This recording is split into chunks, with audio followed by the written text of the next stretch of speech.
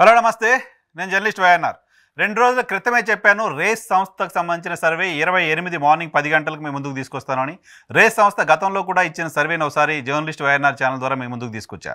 తాజాగా రేస్ సంస్థ మరో సర్వే ఇచ్చింది. రేస్ అంటే research associates and consultants of electioneering.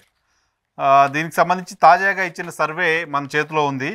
ఇది నేను పార్లమెంటరీ నియోజకవర్గాల వారీగా మీ దృష్టికి తీసుకొస్తాను. ముందుగా శ్రీకాకుళం నుంచి మొదలు పెడదాం. శ్రీకాకుళం పార్లమెంట్ పరిధిలో ఉన్న 7 నియోజకవర్గాలకు సంబంధించిన రిజల్ట్ చెప్తాను. శ్రీకాకుళం పార్లమెంట్ పరిధిలో ఇచ్చాపురం అసెంబ్లీ నియోజకవర్గానికి సంబంధించి వైఎస్ఆర్ కాంగ్రెస్ పార్టీ విజయం సాధించవచ్చు అని చెప్తున్నారు. పలాస అసెంబ్లీ నియోజకవర్గానికి సంబంధించి మంత్రి సీదిరి అప్పలరాజు ప్రాతినిధ్యం వహిస్తున్న నియోజకవర్గం, ఇక్కడ కూడా వైఎస్ఆర్ కాంగ్రెస్ పార్టీ గెలవడానికి అవకాశం ఉంది అని.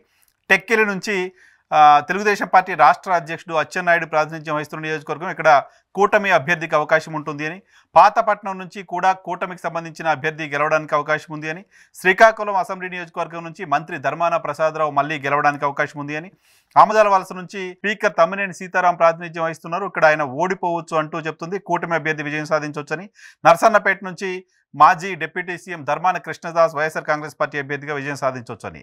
మొత్తంగా శ్రీకాకుళం పార్లమెంట్లో Ichchapuram YCP, Palasa YCP, Tekkali TDP, Pathapatnam TDP Janasena కూటమి, శ్రీకాకుళం వైసీపీ, ఆముదాల వలస టీడీపీ కూటమి, నర్సన్నపేట వైసీపీ ఇలా గెలవడానికి సంబంధించిన అవకాశం ఉంది అని.